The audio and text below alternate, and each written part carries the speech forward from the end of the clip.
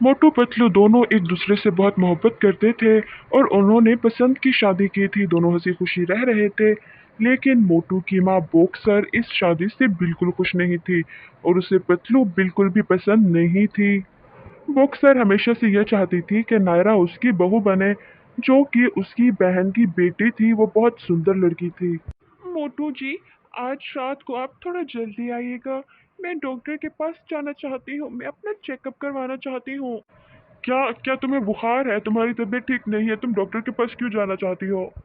पतलू जी, हमारी शादी को 8 माह होने वाले हैं, लेकिन अभी तक मेरी गोद सूनी है। मैं बहुत परेशान रहती हूँ और माँ जी हमेशा अपनी दूसरी शादी की बातें करती रहती हैं। देखो पतलू, तुम इतने ज्यादा चिंता मत करो। मैं तुम्हारा हूँ और तुम्हारा ही रहूंगा। अच्छा, मैं चाहता हूँ। ये सारी बातें मोटू की माँ सुन रही होती है और वो कहती है, अरे मोटू बेटा, तुम्हारी दूसरी शादी तो होगी, वो भी नायरा के साथ। देखते जाओ मैं करती क्या हूँ। मोटू की माँ कमरे में आती है और आकर किसी से फोन पे बात करते हुए कहती है कि आज काम हो जाना चाहिए। शाम को जब मोटू काम से घर वापस आता है तो वो पतलू के पास चला जाता है। तभी जॉन दरवाजे पर आता है और मोटू की माँ वहाँ चली जाती है। वो दोनों अपने प्लान पर काम शुरू कर देते हैं। अब जॉन और मोटू की माँ दोनों बहुत ज्यादा चिल्ला रहे थे। तभी मोटू आ जाता है, अपनी माँ से पूछता है कि क्या बात है माँ। अरे मोटू बेटा, ये जो लड़का आया हुआ है ये खुद को पतलू का बॉयफ्रेंड बता रहा है और सारी निशानियां दे रहा है। और तो और इसने ये भी बताया कि पतलू की कमर पर राइट हैंड साइड पर एक छोटा सा तिल है।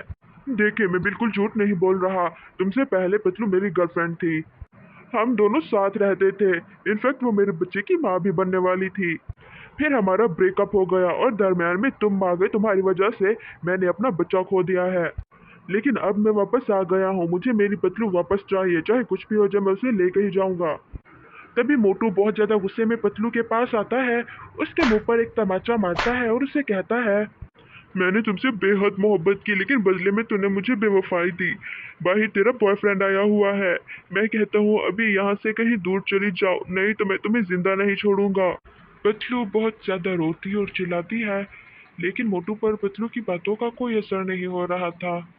प्यारी पतलू, मैं इतना जालिम नहीं हूँ कि दो मोहब्बत करने वालों को जुदा करके बैठ जाऊं। मैं तुम्हें तुम्हारी मोहब्बत से मिलवा रहा हूँ। मैं तुम्हें डिवोर्स दे दूंगा। तुम चली जाओ अपने जॉन के साथ।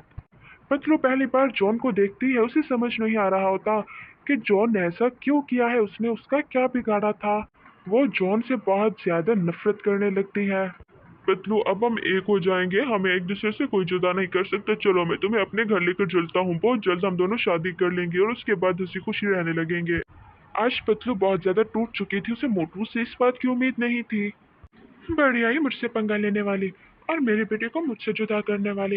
इस घर में बहू के तौर पर तो सिर्फ नायरा आएगी, मेरी प्यारी भांजी। अब देखते जाओ होता क्या है।